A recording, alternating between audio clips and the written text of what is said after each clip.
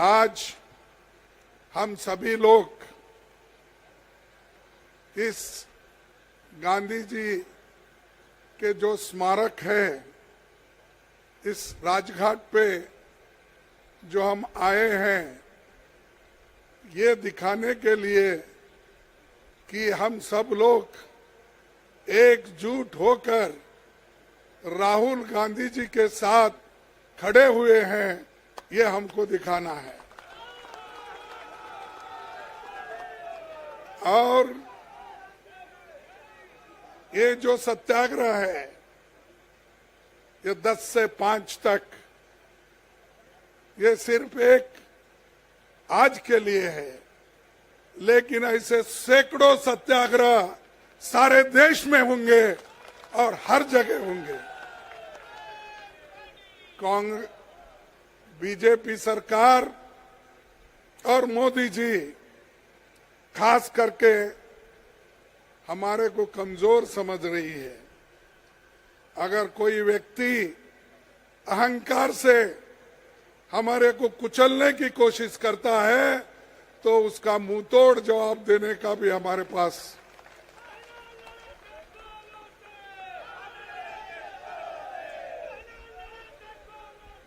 एक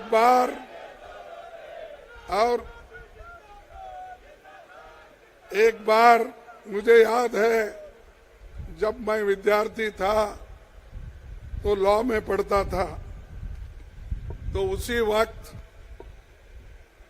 ये पाकिस्तान का युद्ध हो रहा था। तब लाल बहादुर शास्त्री जी ने एक बात कही थी, हमें कमजोर मत समझो, हमारे पास वो शक्ति है, ईंट का जवाब पत्थर से देंगे।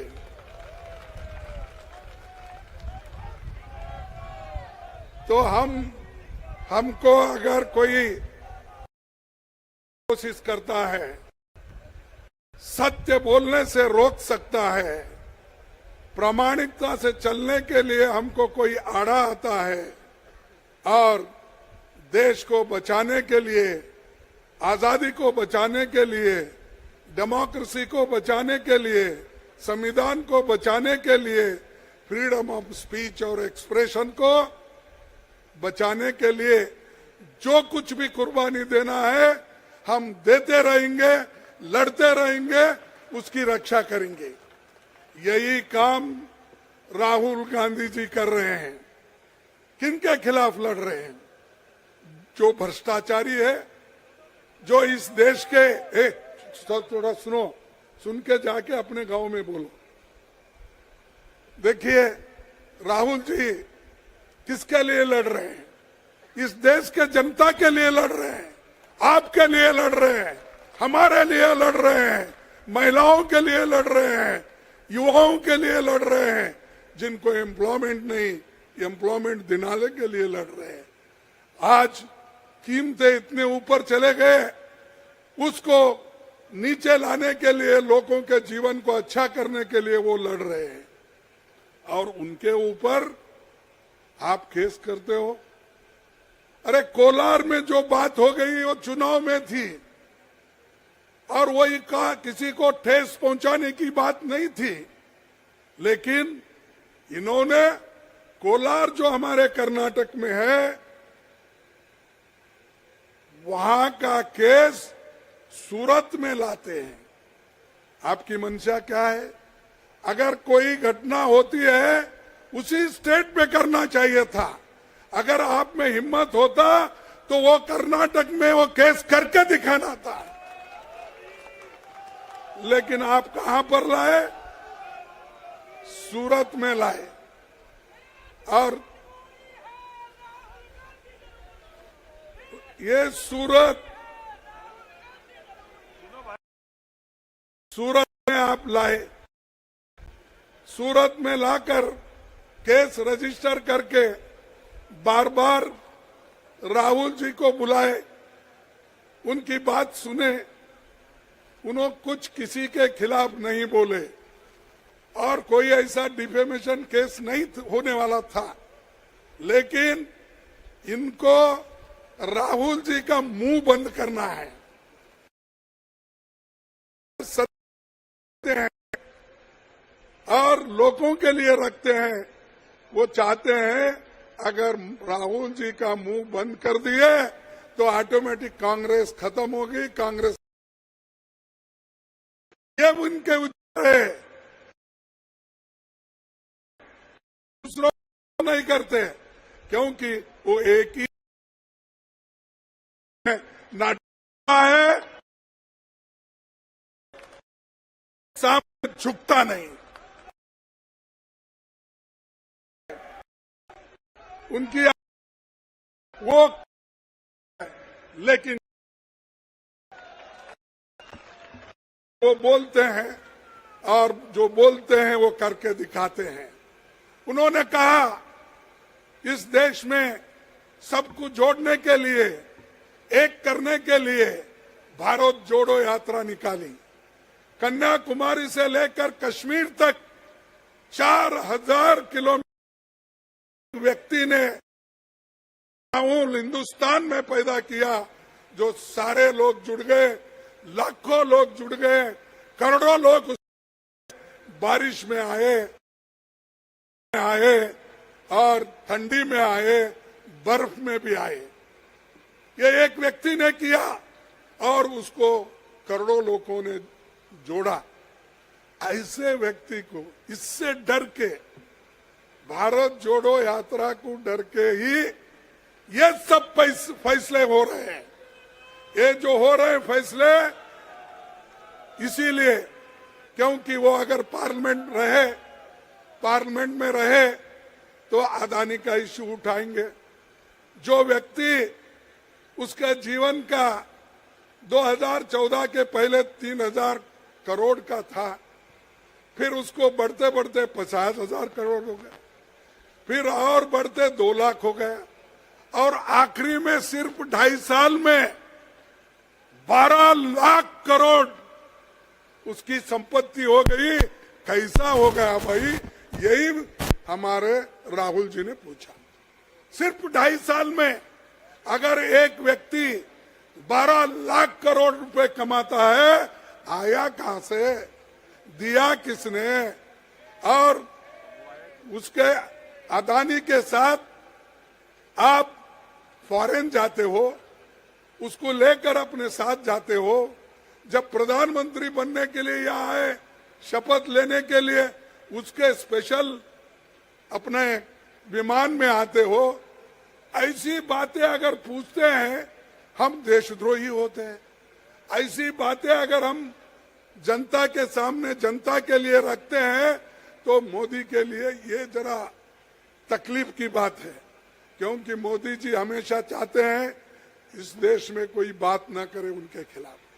इस देश में कोई सत्य उनको बताने की जरूरत नहीं है।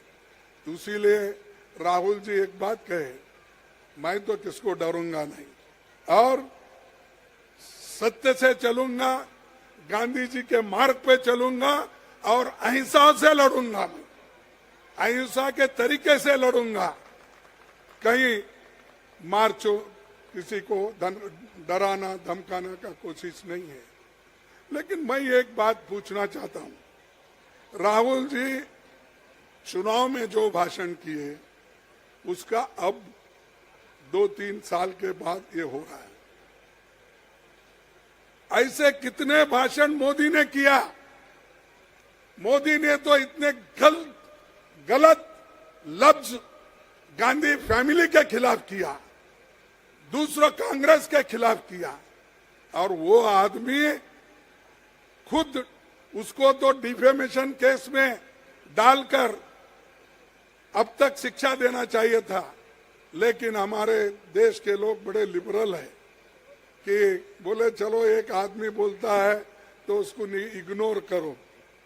इन्होंने यही बोला था अहमदाबाद में जब हजारों लोग मर गए थे, उस वक्त किसी ने पूछा, जर्नलिस्ट ने, कि इतने लोग मर गए हैं, आपको दुख नहीं होता क्या?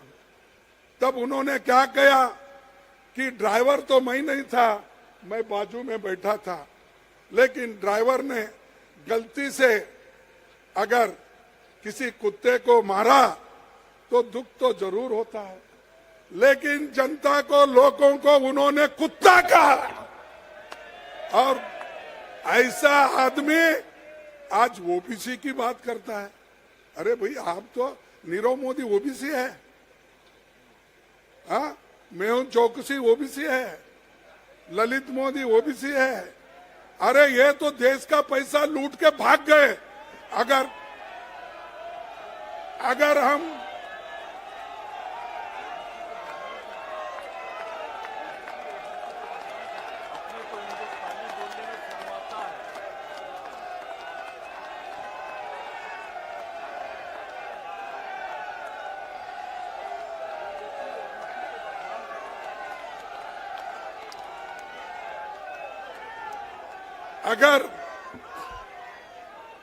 अगर ये भगोड़े हैं और भगोड़ों को बोले तो आपको क्यों दर्द होता है?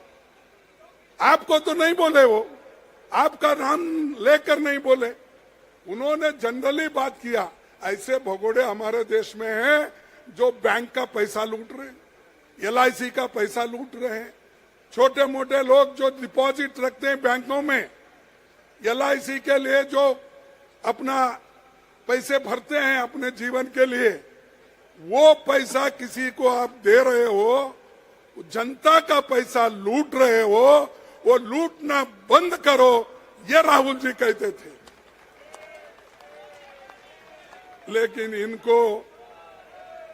उनको ये पसंद नहीं था, इसलिए ये पसंद इसलिए नहीं है, ये कहीं ना कहीं उनको लगती है बात। अरे भाई, अगर आप देशभक्त हो, देश के लिए इतना आपके पास बहुत, उसके बारे में आप बहुत ही चिंता करते हो, तो ऐसे लोगों को क्यों शिक्षा नहीं देते? जो पैसे बचाने के लिए, देश को बचाने के लिए जो इंसान काम करता है, उसको आप जेल भेजते हो, और जो लूटता है उसको बाहर भेजते हो।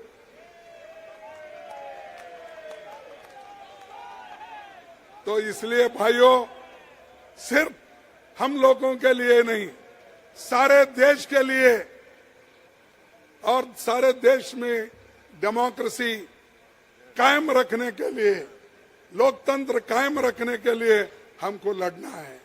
मुझे खुशी इस बात की है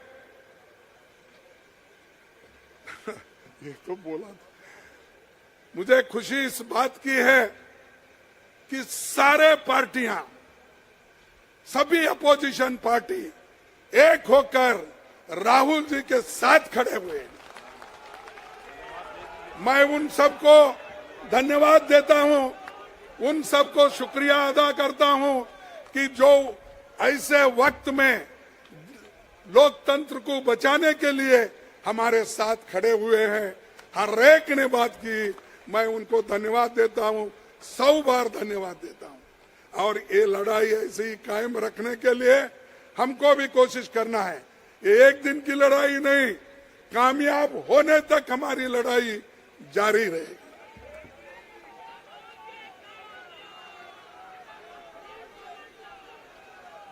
तो हमने एक बार ये बात कही थी, कल फिर मेरे बारे में मोदी जी ने जाके कर्नाटक में कुछ कहा है, लेकिन मैं उसका उत्तर यहां नहीं देता, फिर कर्नाटक में जाके ही दूंगा।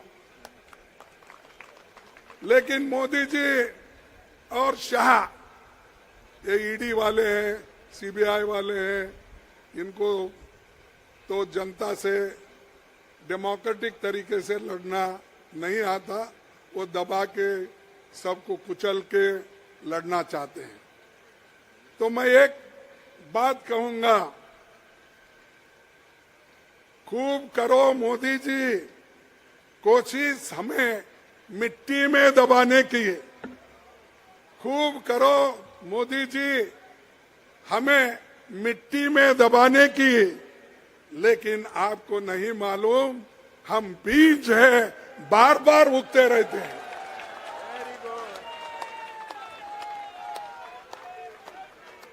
हमको आप कुचल नहीं सकते, हम बीज है भाई, आप जितना मट्टी में दबाएंगे हम फिर ऊपर आएंगे।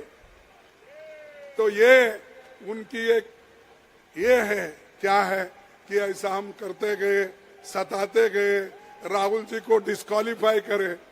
अरे डिस्क्वालीफाई जनता करने दो ना, तुम क्यों?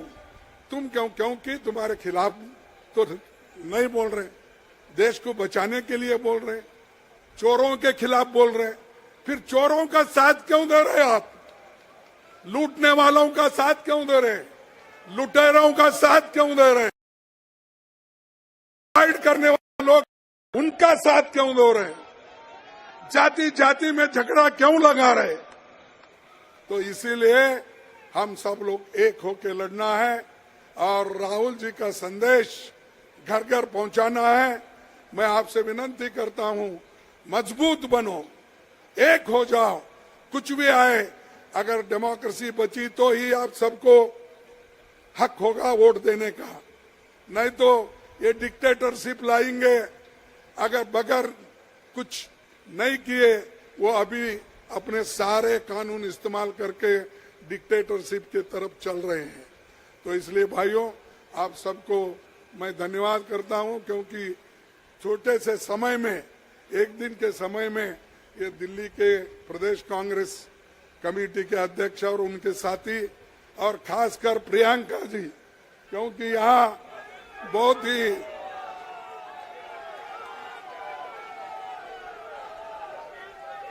तो उनके कॉन्स्टिट्यूंसी, उनके प्रदेश के, उत्तर प्रदेश के भी लोग बहुत आए हैं और सभी लोग मैं देख रहा